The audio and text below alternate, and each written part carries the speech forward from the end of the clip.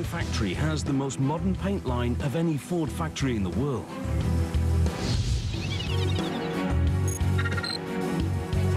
To manage it all, they monitor everything on the paint line from a computerized central control room.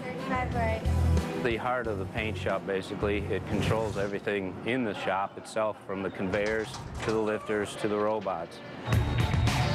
Timer, you're going to start in 1 minute, copy. The paint shop itself has 27 miles of conveyor in it. It has over 100 drive units for the conveyors and over 109 robots. So there's a lot of equipment out there to maintain and watch over. Some of the robots use laser vision cameras to position themselves.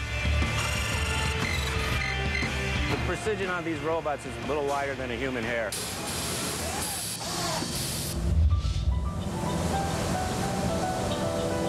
Others spin out paint at incredible speeds. 45,000 revolutions a minute.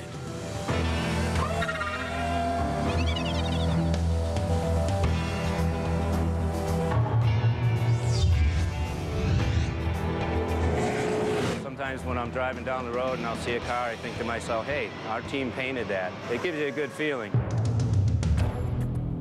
It's a good feeling shared by many, and a story that begins at the 1964 World's Fair in New York. The night before the Mustang goes on sale, Ford runs TV commercials for the car at 9:30 p.m. on all 3 American broadcast networks. Out of the Ford Pavilion, there's a daydream corner called Mustang. People swarm into dealerships the next morning, and by the end of the day, 22,000 Mustangs are ordered.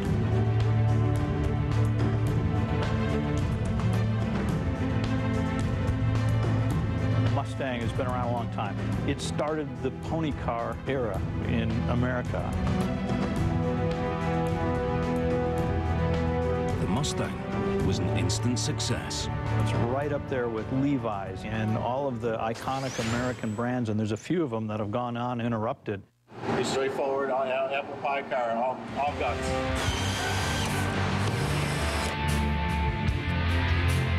Guts that, in part, come from a multi-generational workforce. My dad actually worked in Ford Motor Company in design, so I'm a second-generation designer here at Ford Motor Company. My father was involved in the early Mustang. He was a Mustang enthusiast. Well, I guess I come by it naturally. My mom likes to relay the story that I started drawing cars in Sunday school. We had an assignment to draw Adam and Eve in the Garden of Eden, and I drew Adam and Eve in a car. And the first thing anyone sees is a paint job that takes about 10 hours. The process starts by running each new car through a very special car wash. It cleans the oils and the dirts off the vehicle in order to make the paint stick to it.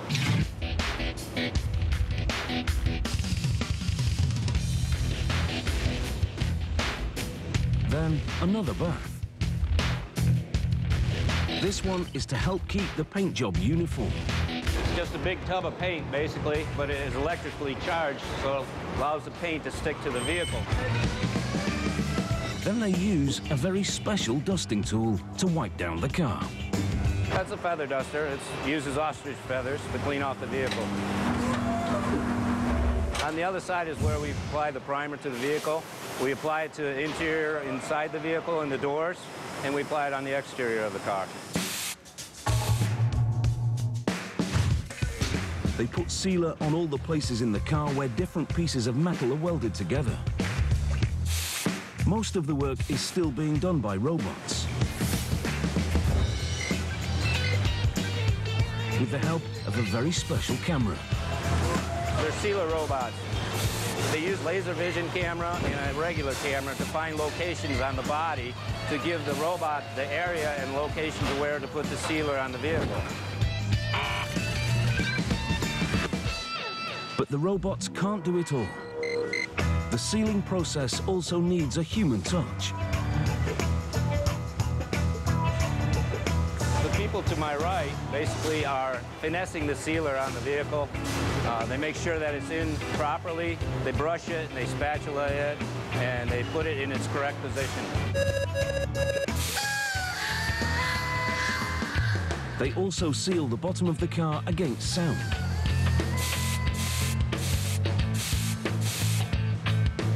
Basically applied by the robot in specific areas that the engineers have told us that that's where the road noise comes through the car. Finally, it's time to paint the car.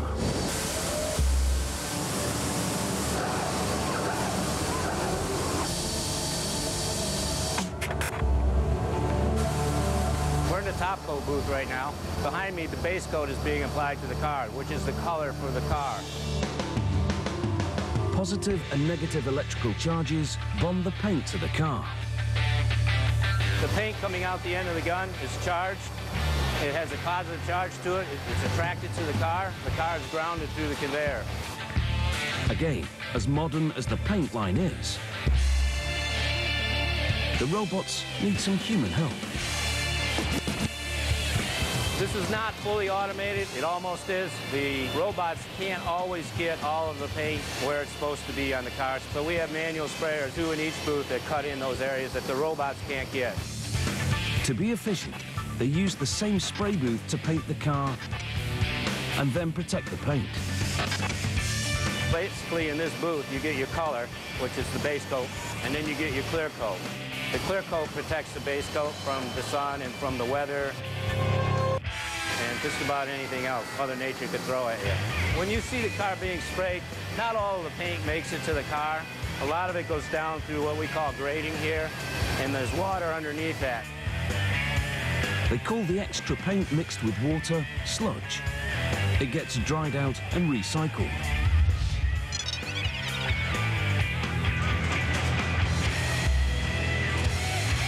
Last stop on the paint line is quality control check. A chance for a final touch-up if one's needed.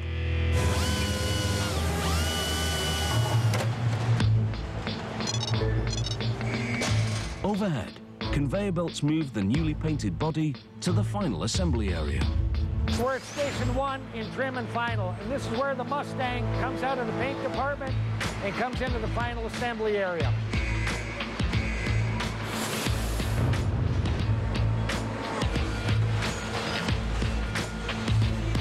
They start with the exterior trim.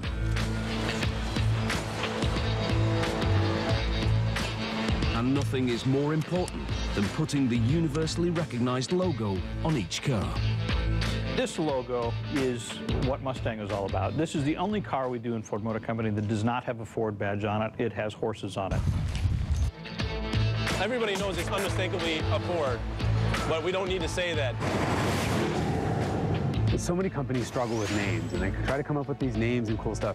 You get one that works, and you stick to it. We all know exactly what it is. Done. End of story. Not quite the end of the story. The Mustang logo means many things. The Mustang nameplate is known around the world. It's the most customized vehicle in the world. And it also is the only nameplate that has been in production for 50 consecutive years. The logo is a powerful commercial symbol, but the power that counts is still to come. Several stations install key parts that many people take for granted. This is part of the underbody install for the plumbing, the fuel lines, the brake lines. And we do that on what's called the tilt line. And that allows the vehicle to be tilted up at an angle so that the operator has full access to the underbody of the car.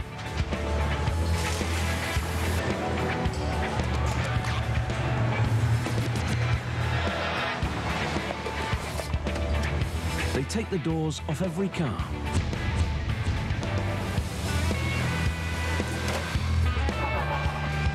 The doors go to another line to be finished off, glass, electrical, and all the trim installed. And that door will go back on that Mustang at the end of the process.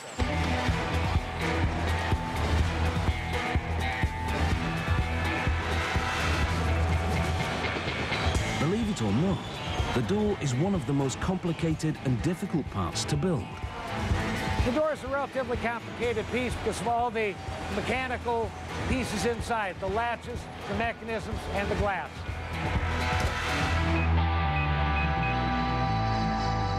There are 537 different parts for each door. How do they know? One day, they simply counted up all the pieces. We had to do a complete breakdown of all the parts at every one of the stations, and that's every single nut, every single bolt, washer, screw, grommet, everything that's coming in.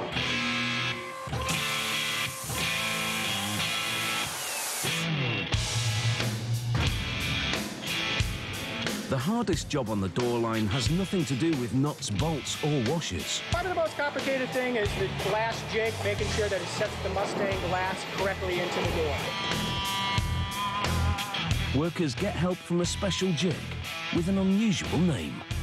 Yeah, they call it the Beast. Yeah, that jig here adjusts the inboard, outboard of the glass on a Mustang, every Mustang here. Well, it's so dang big, throwing that thing around all day will give you a good workout.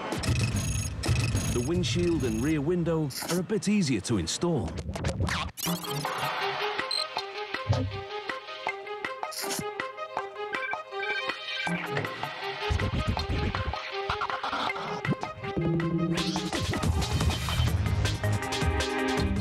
They use a laser measuring device for precise positioning.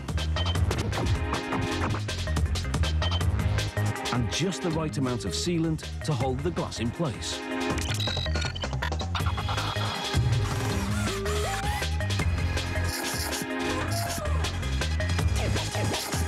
The windshield is dry by the time we get to the end of the process. From here, it's probably about another 6 or 7 hours. Windshield is fully cured and ready to drive.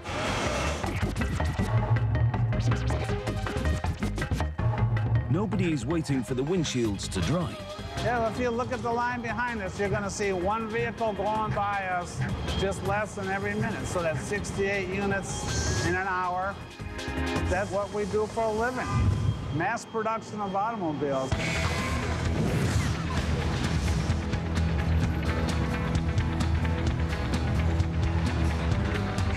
Mass production in a high-tech factory that produces 680 new Mustangs every day.